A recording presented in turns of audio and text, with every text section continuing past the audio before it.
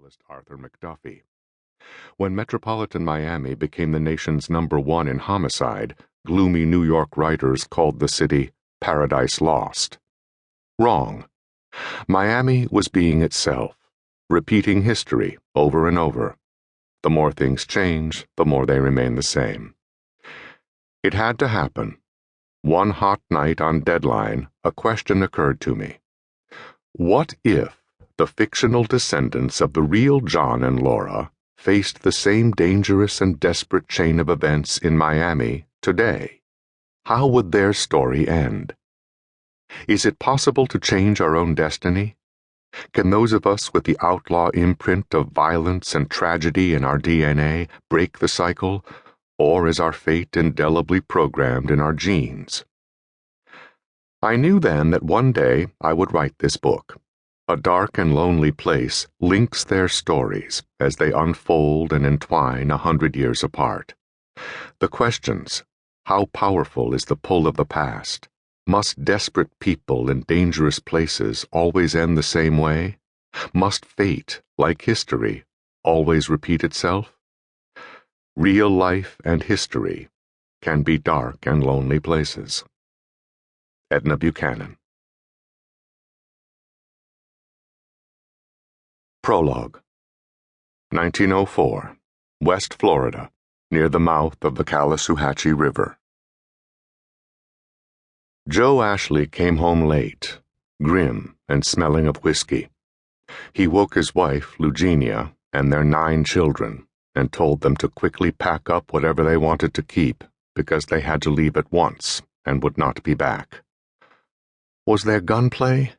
His wife asked, her eyes fearful in the lamplight. Her voice trembled.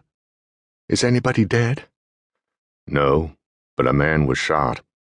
He'll live, but if we don't leave now, somebody will die. She began to pack her best linens in a wooden chest. The children, still half asleep and in their nightclothes, began to gather their belongings, except for John, who was 16. Where are we going? He asked his father. Get your things together now, son. John dressed quickly, carried his guitar and his banjo out onto the front porch, left them on the steps, and broke into a dead run down the dusty road. The dust, white in the moonlight, looked like silk. His father stepped out and glared after him. It's that girl, he said bitterly, then moved to go after the boy. His wife placed her small, worn hand on his forearm and raised her eyes to his. He just wants to say goodbye, Joe, she said softly. You remember how it was. He nodded gruffly and caught her in his long arms. I got to get busy, she said after a moment, and gently extricated herself. You can't bring that sideboard, he said hoarsely, as she turned away. It's too big. It had belonged to her grandmother. We can fit it in the wagon, Joe. Bobby and 2 of the girls can ride up front with us. He nodded and went to harness up the team. Laura lived 1.5 miles away. John arrived breathless, his lungs bursting. The place was dark.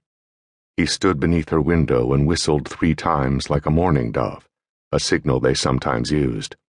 When there was no response, he found a feed bucket, carried it to her window, stood on it, and scratched the screen 3 times.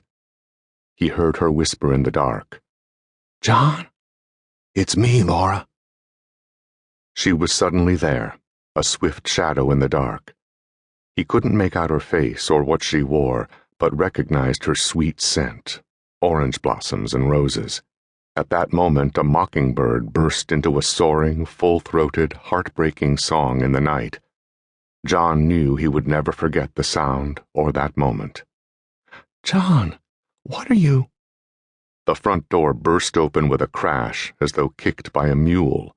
Laura's stepfather loped barefoot across the creaky porch in his long johns, brandishing his breech-loading, double-barreled shotgun. I got you now, boy, he shouted. Freeze right there. Caught you dead to rights climbing into my little girl's bedroom. John stood his ground, heart pounding.